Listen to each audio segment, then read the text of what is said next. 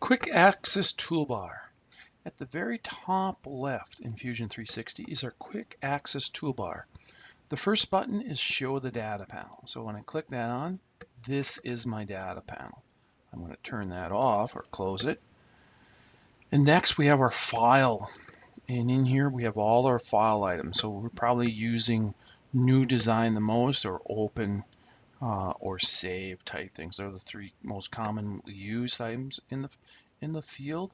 We also have Save right here, which is nice. It's just one click instead of clicking over here and go down to Save. And we have Undo and Redo. And we can undo as many things as we want, or redo. They make the Quick Access Toolbar for fast, easy, one-click operations. So again, this is called the Quick Access Toolbar. It's common to all the design workspaces in Fusion 360.